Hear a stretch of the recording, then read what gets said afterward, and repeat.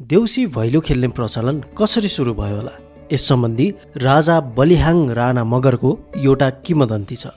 राजा बलिहाङ 14औं वा 15औं शताब्दीको हालको पाल्पा जिल्लामा पर्ने बलडेङ्गी नामक एक मगर राज्यको राजा थिए। उनले आफ्नो राज्य र जनताको अत्यन्तै राम्रो हेरविचार गर्ने हुँदा उनलाई पनि जनताले एकदमै माया मान्थे। तर एक दिन यी राजाले सपनामा आउँदै गरेको औँसीको रातमा आफ्नो मृत्यु हुने भविष्यवाणी देखे। यो कुरा राजा बलिहाङले आफ्नो जनतालाई सुनाए र सारा जनता एकदमै दुखी भई रुवाबासी गर्न थाले।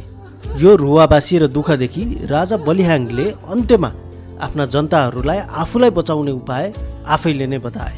उनले भने, कार्तिक औँसीको रात कालले मलाई लिन आउँदा सबैको घरमा उज्यालो गरी काललाई अनुरोध गर्नु। यसो गरेमा म बाँच्न पनि सक्छु।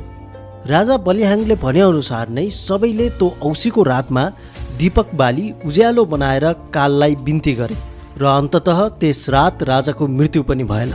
यसैले खुसी भएर उनीहरूले फैलो फैलो भन्दै नाचगान गरेर उत्सव मनाउन थाले। मगर भाषामा त्यति बेला फैलोको अर्थ हामीले बचायौँ भन्ने रहेको मानिन्छ। यही फैलोबाट पछि भैलो भयो र यसरी नै हरेक वर्ष भैलो खेल्ने परम्पराको सुरु भयो भन्ने